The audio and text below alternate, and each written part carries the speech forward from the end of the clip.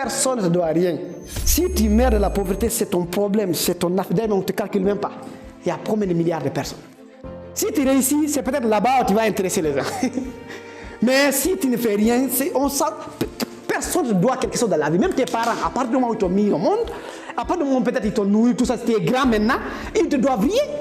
Parce qu'il y a des gens qui n'ont pas de parents. C'est-à-dire que quand ils viennent dans ce monde, à l'âge de 5 ans, même moins de 5 ans, ils ont perdu tous les deux parents.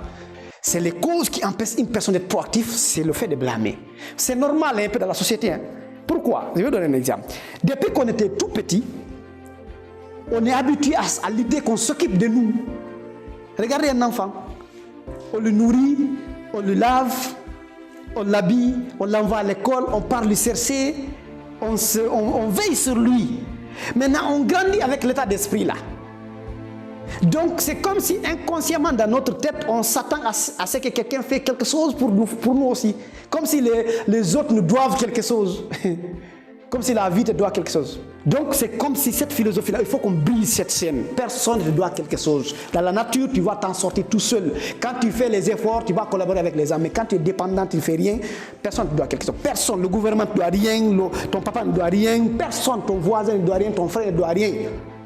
Si tu comprends ça une fois encore, tu es conscient, pas seulement comprendre, aller dans l'incarnation, tu incarnes ça, déjà c'est le premier pas d'aller vers la réussite. Tu deviens proactif, tu contrôles ta vie, tu sors de la dépendance pour aller vers l'indépendance. Il y a beaucoup qui ont compris. Hein. Mais regardez seulement dans la rue. Moi, je suis business coach, je forme les gens dans le développement personnel business. J'observe l'humain, c'est-à-dire nous, on ne construit pas des maisons, on construit des humains.